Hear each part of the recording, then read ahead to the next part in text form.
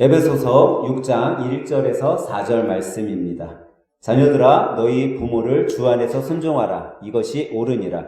내 아버지와 어머니를 공경하라. 이것이 약속 있는 첫 계명이니 이는 내가 잘되고 땅에서 장수하리라.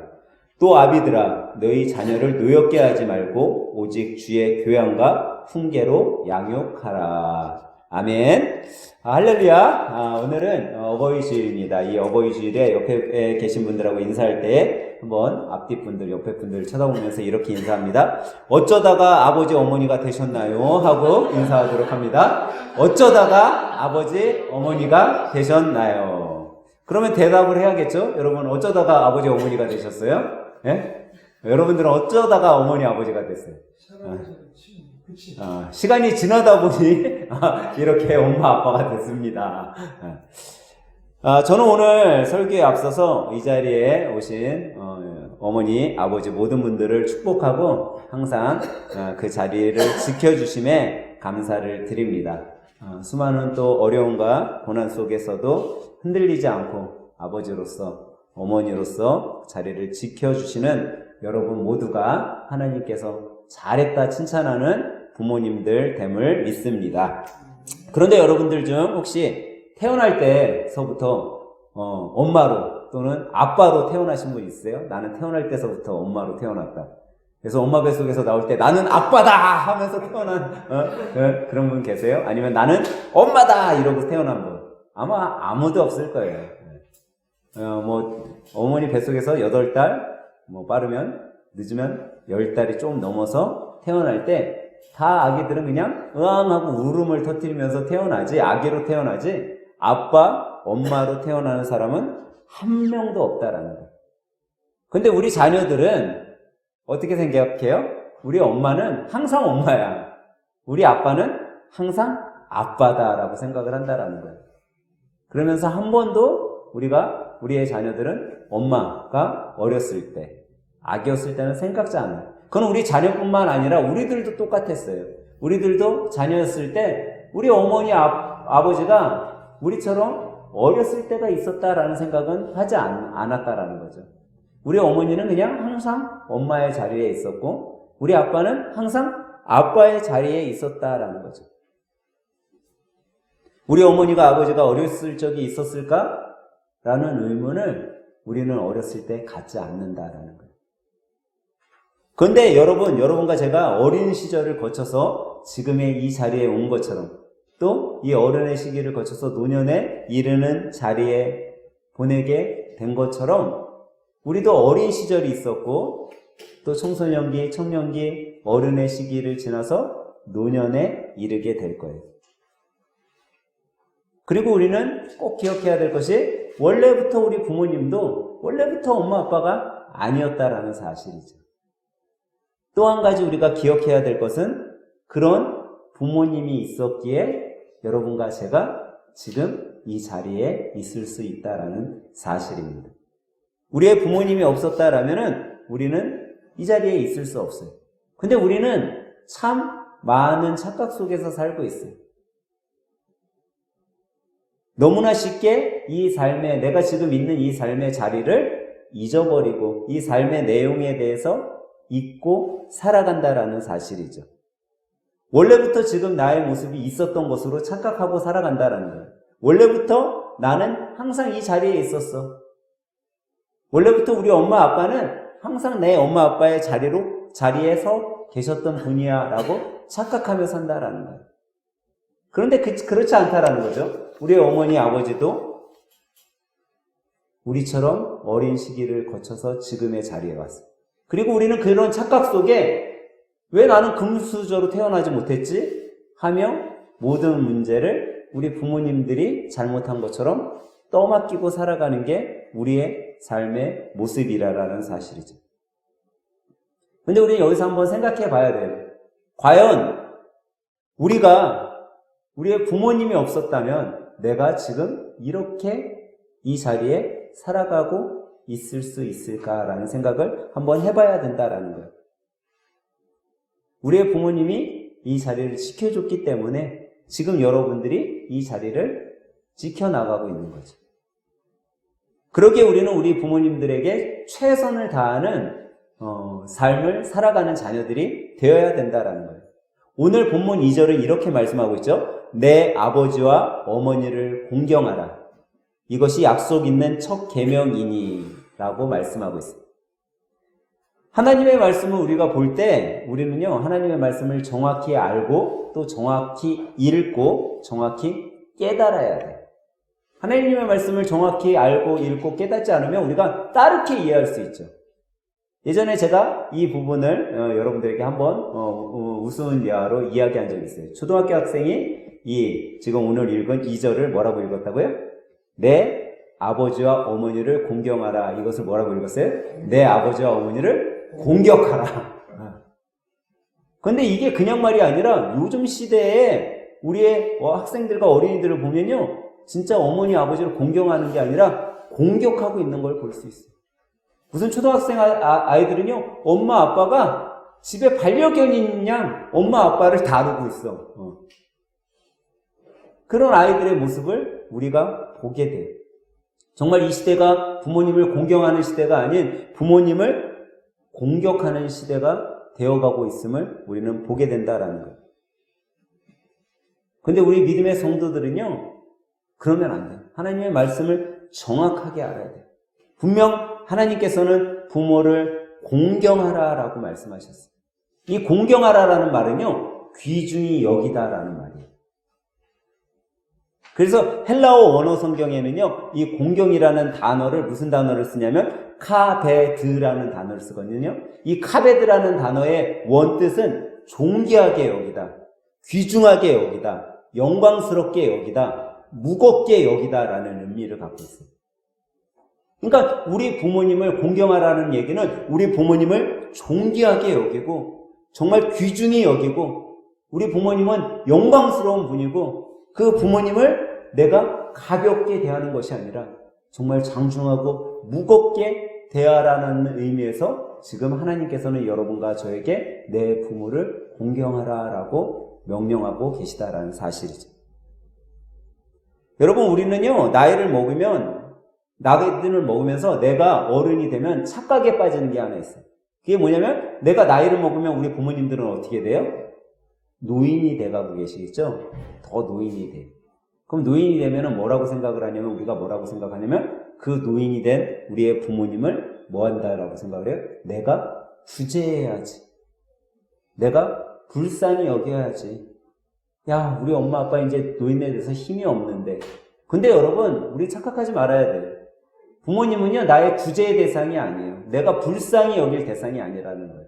부모님은 내가 공경해야 할 공경의 대상이지, 내가 불쌍히 여기고 내가 구제해야 할 그런 어떤 길 지나가다가 쓰러져 있는 거지 아니면 불쌍한 사람으로 우리가 여겨서는 안 된다라는 거예요. 근데 우리는 착각하고 있어요. 힘없는 부모님을 보면서 야, 내가 우리 부모님 구제해야지, 불쌍히 여겨야지. 근데 우리는 이런 착각에서 빨리 벗어나야 돼요. 왜냐하면 부모님이 우리들에게 사랑을 주셨기에 우리는 부모님을 공경하고 공경할 대상으로 섬기며 살아가야 된다는 거죠. 그래서 오늘 어버이 주일을 맞아서 여러분들과 함께 우리가 왜 부모님을 공경해야 하는가, 그 이유를 찾아보면서 한번 은혜를 나눠보려고 합니다. 첫 번째로 우리가 부모님을 왜 공경해야 되냐면요, 우리의 부모님도 과거가 있었기 때문이에요. 우리의 부모님 모두는 한 번도 빠짐없이 과거가 있었어요. 그 과거 속에 우리의 부모님도요, 꿈이 있었고 미래가 있었어요. 근데 어쩌다 보니 내가 이제 부모가 되니까 내가 그 어렸을 때 가졌던 꿈도 미래도 어떻게 해요?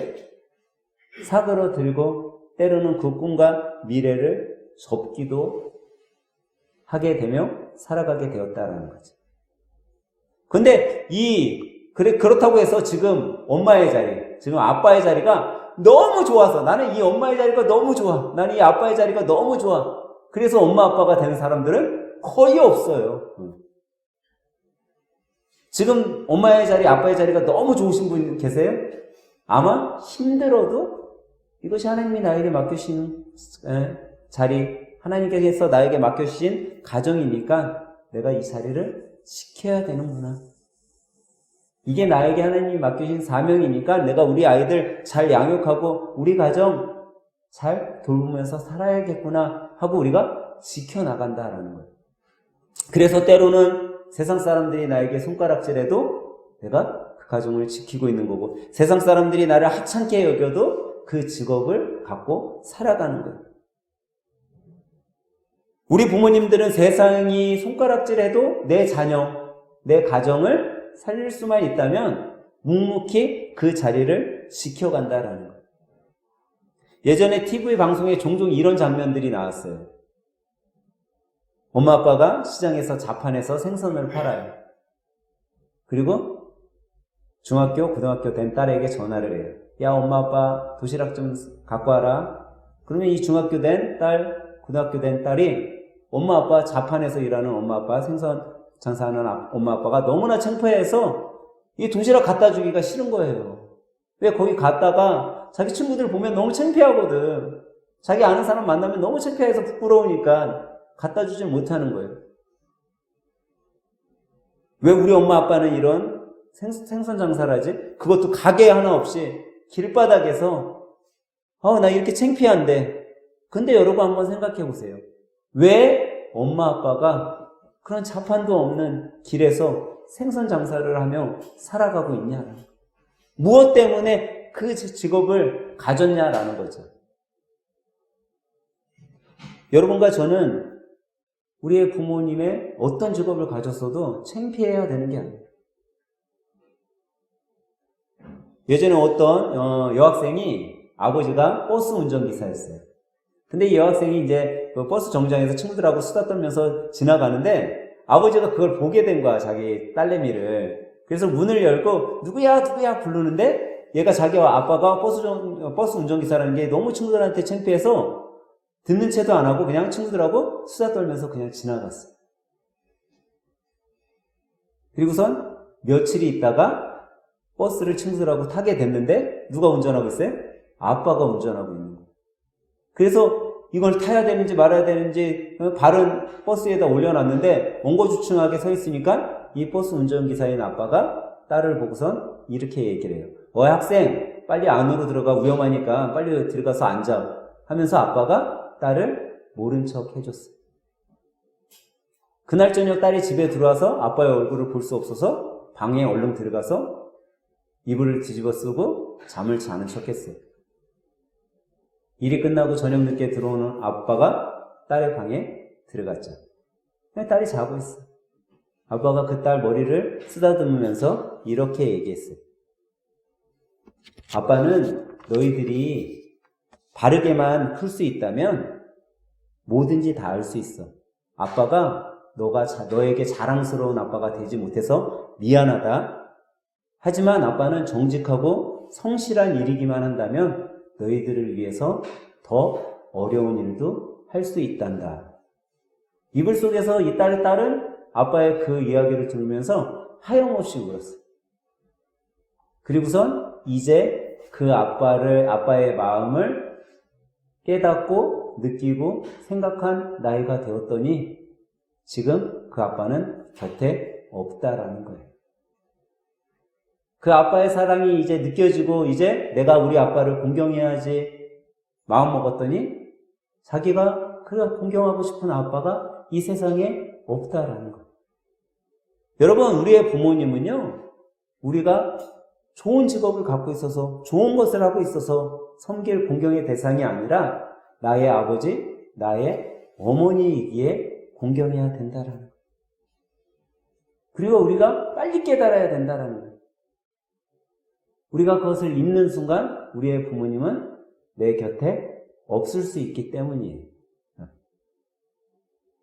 제가 종종 우리 이현현 집사님하고 그런 얘기를 해요. 나는 오늘 우리 이현현 집사님 그런 찬양 있잖아요. 어머니의 기도. 어머니의 기도 없었으면은 아마 목사가 안 됐을 거라고. 중학교 때도 사모님이 한번 그런 얘기를 한 적 있었어요. 엄마는 너가 목사가 됐으면 좋겠어. 그리고 제가 이제 신학교에 가서도 사모님이 종종 내가 엄마가 이렇게 기도했더니 너가 전도사가 되고. 근데 그런 것 같아요. 어머니의 기도가 자녀를 성장시키는 것 같아요. 어머니의 기도는 정말 눈물의 씨앗인 것 같아요. 근데 그 부모님이 왜 기도를 하냐라는 거죠. 왜 자녀를 위해 눈물을 흘리냐라는 거예요. 자녀가 잘 되길 원하는 사랑하는 마음이 있기 때문에. 그 사랑의 마음이 있었기 때문에 어떤 직업, 어떤 위치, 어떤 모습으로 살아간다 할더라도 최선을 다할 수 있었던 거예요. 현재 모습이 세상 사람들이 나에게 다 손가락질하고 세상 사람들이 나를 다 불쌍하게 여긴다 할지라도 이 현재의 모습으로 인해 창피한 것이 아니라 내가 그 모습을 하고 살아도 내 자녀를 바르게 교육할 수 있고 내 자녀들에게 더 큰 사랑을 줄 수만 있다면 내 현재의 모습은 아무 부끄러움이 없는 현재의 모습인 걸 본인들이 알기에 그 자리를 묵묵히 지켜나가던 거라는 거죠. 그러기에 우리는요, 그냥 단지 우리의 부모님의 현재의 모습만 보더라도 여러분과 저는 우리의 부모님을 어떻게 해야 돼요? 공경해야 된다라는 사실입니다. 그러면 두 번째로 여러분과 저는 우리의 부모님을 왜 공경해야 될까요? 그것은 우리의 부모님에게는 뭐가 또 있었을까요? 과거가 있었을 거예요. 우리의 부모님 5월 8일이 무슨 날이죠, 여러분? 어버이날이에요, 어버이날. 이 어버이날에 여러분들 한번 생각해 보세요. 이 어버이날은 과연 우리나라에만 있을까? 아니면 세계의 많은 나라에 어버이날이 있을까? 잘 모르겠죠? 그럼 질문 한번 해볼게요. 어버이날은 우리나라에만 있다. 손 들어보세요. 모르겠어요? 그러면 어버이날 외국에도 있다. 손 들어보세요. 아, 외국에 있어? 우리 현수형제님은 있어요, 없어요? 없을 것 같아요. 여러분, 전 세계 많은 나라 중에 105개국이 부모님을 섬기는 날들을 갖고 있어요.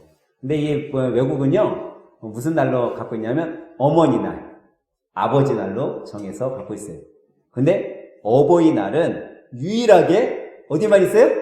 우리만 있어요. 우리나라만. 얼마 전에 외국은요, 어머니 날이 있고 아버지 날이 있어요.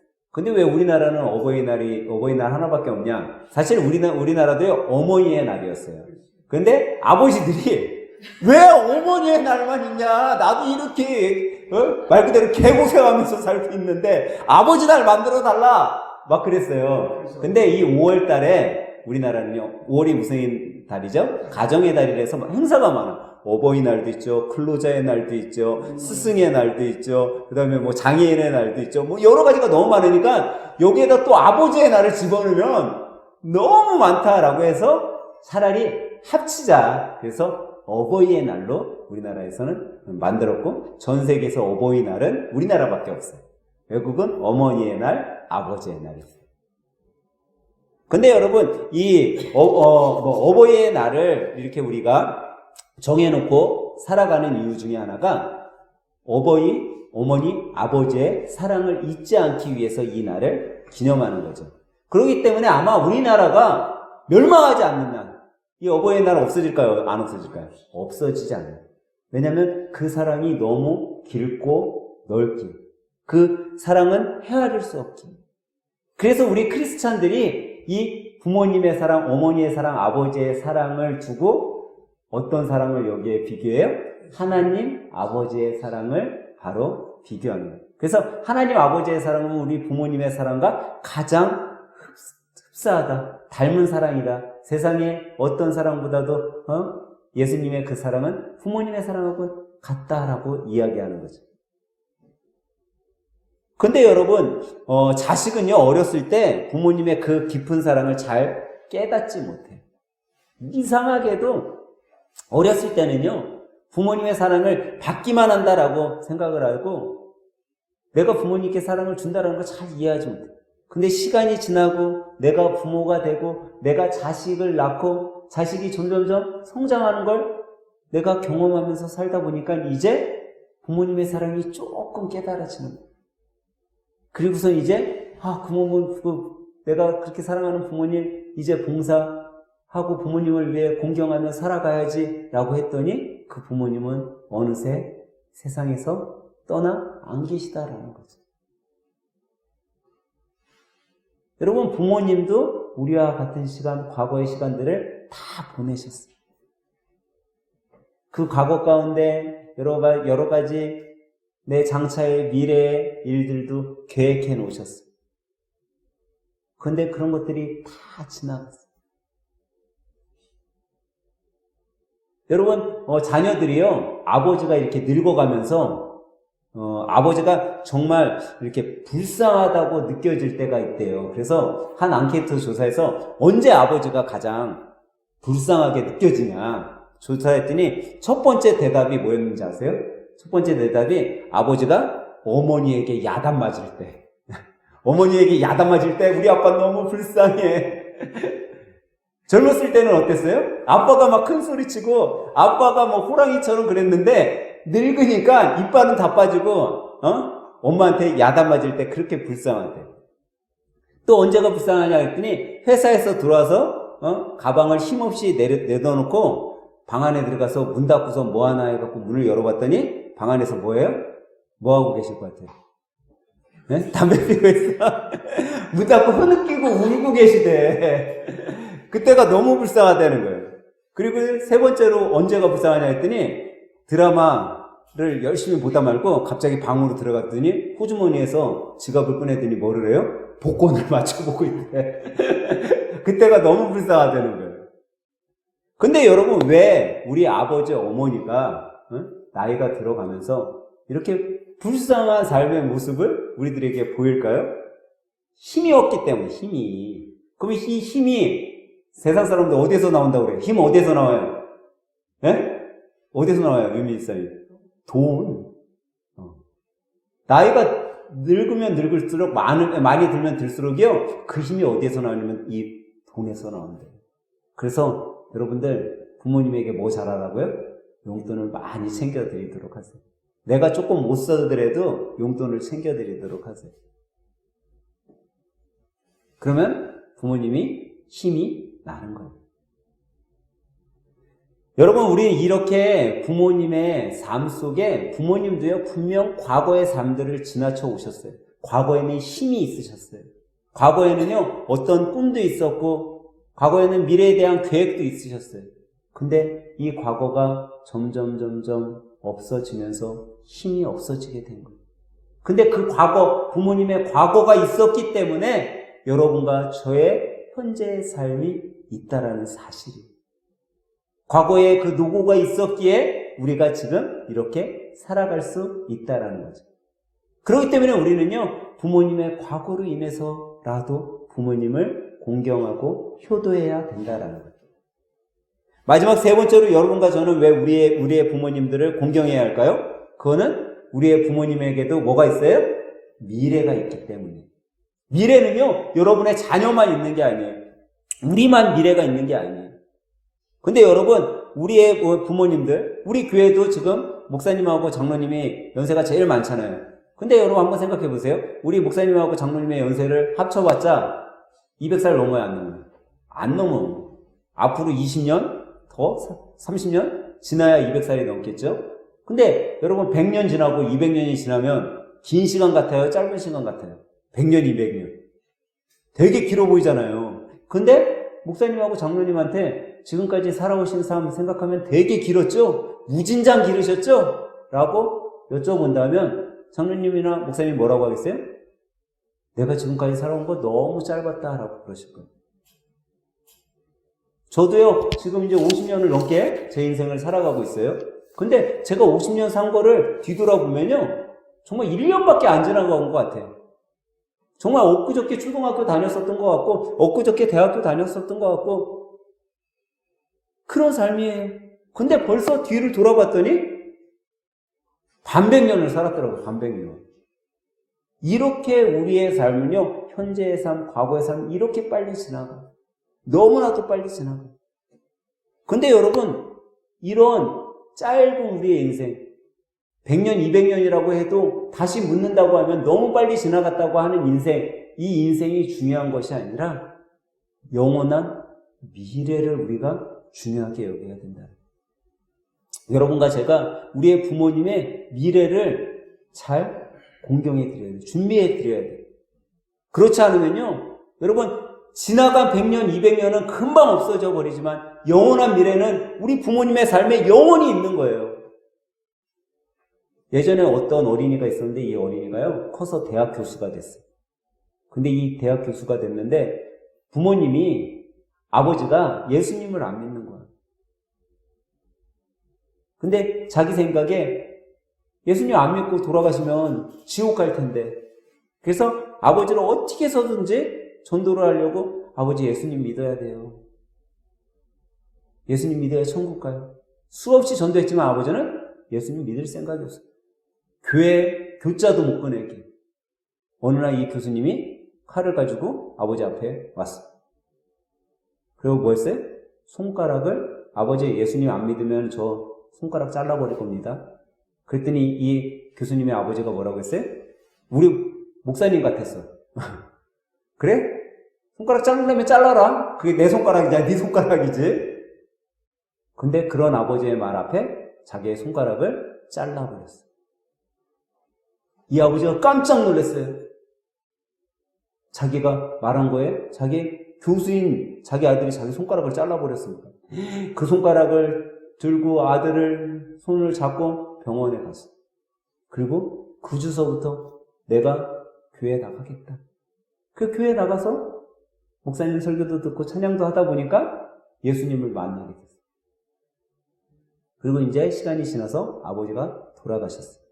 이 교수님이 학생들한테 항상 하는 얘기가, 내가 우리 부모님 살아생전에 가장 잘한 효도가 있는데 그 효도는 우리 아버지를 예수 믿게 한 게 가장 큰 효도다 라고 이야기를 해요.